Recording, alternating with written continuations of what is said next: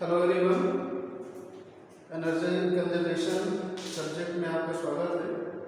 जैसा कि आप जानते हैं यूनिट नंबर 5 चल रहा है और इसमें जो लेक्चर हो चुके हैं 7 लेक्चर हो चुके हैं। आज 8वां लेक्चर है जिसमें कि हम एनर्जी के बारे में पढ़ रहे थे। आज हम इसके बारे में डिस्कस करेंगे कि भारत में ऊर्जा की खपत की जो है टेबल है, एक सिनेरियो है कि कैसे जो है चाहे वो इलेक्ट्रिसिटी हो, चाहे कोल हो, चाहे लिग्नाइट हो, चाहे नेचुरल गैस है, इन सब का समय के साथ साथ कैसे यूटिलाइजेशन, कैसे इनका दायरा बढ़ता गया, इसके बारे में हम यहाँ पे डिटेल्स देख रहे हैं।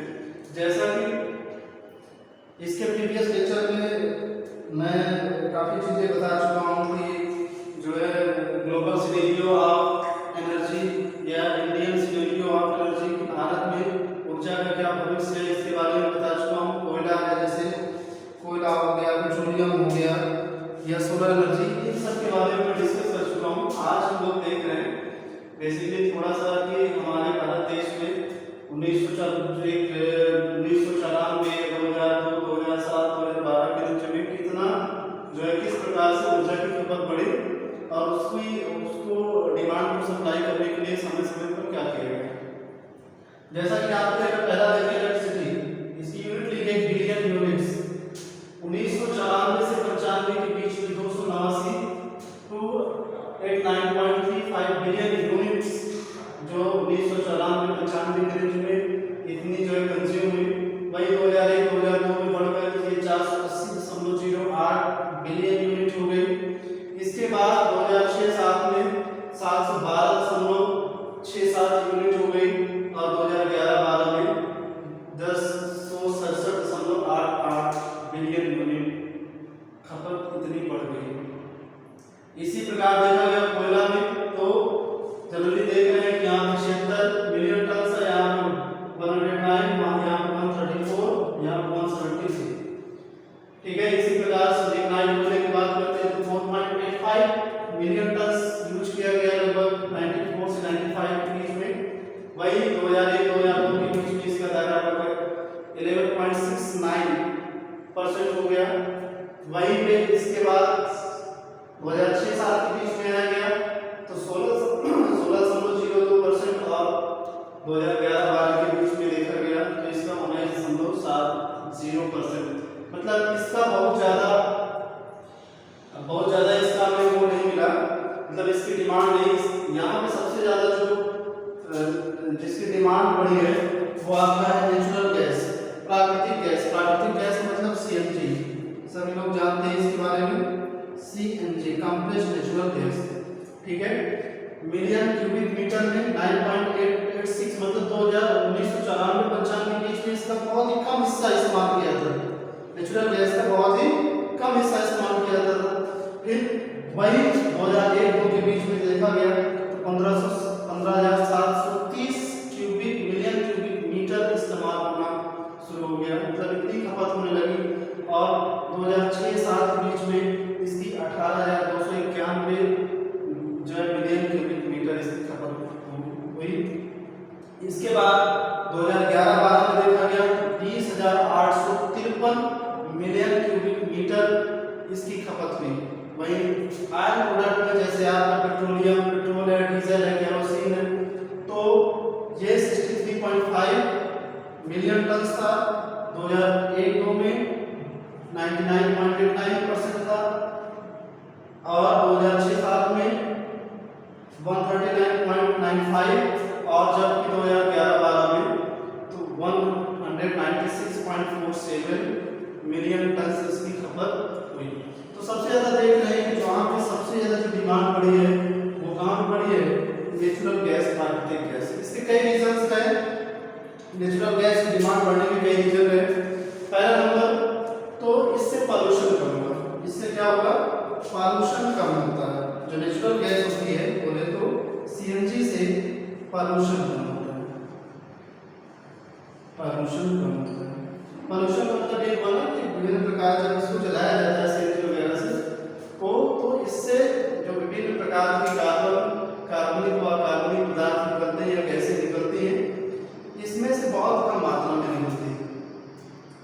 दूसरा नंबर इसको जो सीएनजी होती है इसमें किसी प्रकार की बहुत ज़्यादा लागत नहीं आती। जैसे पेट्रोलियम पदार्थ है, जो पेट्रोलियम प्रोडक्ट होते हैं उनमें से पेट्रोलियम को रिफाइनिंग करने में काफ़ी ज़्यादा कास्ट आती है, मतलब काफ़ी ज़्यादा लागत आती है और उसको स्टोरेज करने में भी काफ़ी समस्याएं होती है। इसलिए ये जो ऑयल प्रोडक्ट्स होते हैं इनकी डिमांड बहुत ज़्यादा तेजी से नहीं बढ़ी as compare to natural gas. तो इसीलिए जो नेचुरल गैस होती है वो नेचुरल गैस मतलब जैसे जहाँ पे ये तेल के कुएं होते हैं, तो इसके पहले मैं आपको केमिस्ट्री में इस बारे में बता चुका हूँ और अगर नहीं बताया होगा तो आपको एनवायरमेंट स्टडीज में भी इसके बारे में डिस्कस किया हूँ। तो वहाँ पे जो तेल के कुएं होते हैं वहाँ से डायरेक्ट सीएनजी हमें मिलती है, प्राकृतिक गैस मिलती है। तो उसमें किसी प्रकार का ना तो जो है रिफाइनिंग की जाती है और ना ही किसी प्रकार का, तो इसमें कास्ट कम आती है और उसके साथ साथ इसमें पोल्यूशन कम होता है। सबसे बड़ा इसका बेनिफिट यही है कि इसमें पोल्यूशन कम होता है। तो ये भारत का सिनेरियो है, जो एनर्जी सिनेरियो है कि किस प्रकार से जैसे जैसे समय बीता वैसे वैसे इन सोर्स की इन एनर्जी की डिमांड बढ़ती गई। क्लियर है? अब इसके बाद थोड़ा सा देख रहे हैं, अगर इसके बाद थोड़ा सा देखें कि भारत में ऊर्जा की जो खपत है वो किस प्रकार से, कि कितना परसेंट आप इंडस्ट्री में यूज कर रहे हैं, कितना परसेंट आप एग्रीकल्चर में यूज कर रहे हैं और कितना परसेंट आप जो है ट्रांसपोर्टेशन में यूज कर रहे हैं और कितना परसेंट आप घरेलू उपयोग में कर रहे हैं। जैसा कि आप लोग देख रहे हैं तो यहाँ पे क्या देखा, करीब 49% जो आपकी टोटल एनर्जी है 49% आप इंडस्ट्री में इस्तेमाल कर रहे हैं। कहाँ इस्तेमाल हो रहे हैं? इंडस्ट्री। इंडस्ट्री मतलब वही जो कल कारखाने जहाँ पे प्रोडक्ट सामान वगैरह बनते हैं, तो वहाँ पे 49% करीब एनर्जी जो आपकी वहाँ पे खपत हो रही है। उसके बाद 5% जो एनर्जी है वो कृषि क्षेत्र में खपत हो रही है। कितने?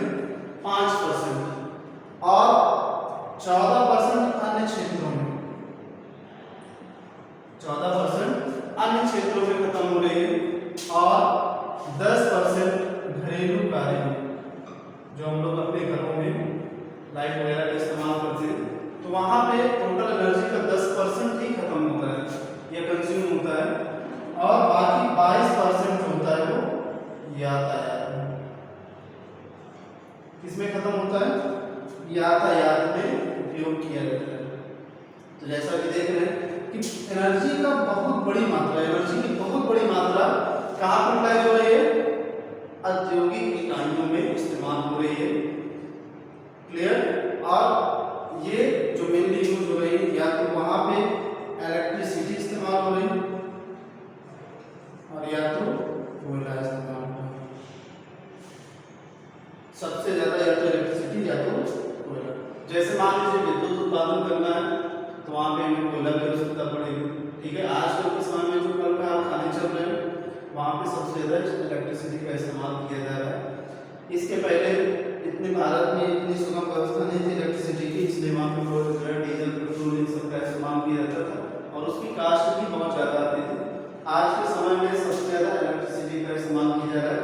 जैसे पहले हम अपने घरों में देखिए सामान्यतः गवर्नमेंट सब्सिडाइज कैरोसिन आ जाती थी, कैरोसिन आ जाती थी, कैरोसिन थे। लेकिन धीरे धीरे देखिए गवर्नमेंट उस दिशा में पहल कम करके धीरे धीरे कैरोसिन तेल मिलना जो सरकारी दुकान होती थी वहाँ से मिलता था। आज की ये स्थिति कि वहाँ पे सरकारी गोदाम में कैरोसिन तेल नहीं आता। तो हम अपने घरों में जो है दीपक जलाने के लिए कैरोसिन तेल का इस्तेमाल करते थे, लेकिन आज ये स्थिति हर घर में लगभग इलेक्ट्रिसिटी आ गई है। क्या भी इलेक्ट्रिसिटी आ गई, या जिसके घर में इलेक्ट्रिसिटी की प्रॉपर व्यवस्था नहीं है तो वो सोलर एनर्जी का इस्तेमाल कर रहा है। इसका सौर ऊर्जा, सोलर एनर्जी का इस्तेमाल कर रहा है। ठीक है, सोलर एनर्जी का इस्तेमाल करके अपनी आवश्यकताओं की पूर्ति कर रहा है। जबकि ऐसा नहीं, पहले ऐसा नहीं था। पहले जो है भारत में भी इलेक्ट्रिसिटी की बहुत दिक्कत रहती थी, ना तो इतनी ज़्यादा हमारे देश में टेक्नोलॉजी थी। आज के समय में सोलर पैनल का इस्तेमाल जहाँ पे दूर गाँव की व्यवस्था नहीं कर पाया किया जा सकता है, वहाँ पे हर जगह इलेक्ट्रिसिटी का जो सोलर पैनल का इस्तेमाल किया जा रहा है।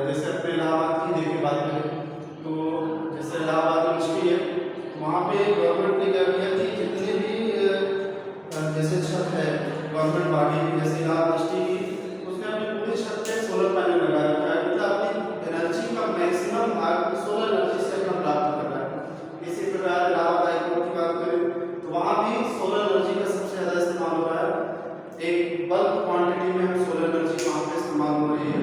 तो इस प्रकार से धीरे धीरे ट्रेंड बदलता गया, अच्छे ऊर्जा की ओर लोग बढ़ते गए और आने वाले समय में लोग सबसे ज़्यादा सोलर एनर्जी को विशेष ध्यान दे रहे हैं, क्योंकि वो प्रदूषण फ्री है, मतलब उसमें से किसी प्रकार का प्रदूषण नहीं होता है। इसलिए आने वाले समय में सोलर एनर्जी का इस्तेमाल जो है बढ़ता जा रहा है। और पहले रहता था, देखिए जैसे घरों में भी 100 वाट 200 वाट 250 वाट के बल्ब चलते थे तो उतनी रोशनी देते थे। आज के समय में 10 वाट 5 वाट 6 वाट के बल्ब उतनी जो है कैपेसिटी के हमें लाइट देते हैं। तो कहीं ना कहीं ऊर्जा संरक्षण में काफ़ी विकास हुआ है कि ऊर्जा को कैसे संरक्षित किया जाए, इस बारे में बहुत ज़्यादा विकास हुआ है। तो आने वाले समय में तरह तरह की टेक्नोलॉजी डेवलपमेंट हो रही है कि भाई ऊर्जा को हम कैसे संरक्षित करें। ठीक है, अब इसके बाद नेक्स्ट लेक्चर में मिलते हैं।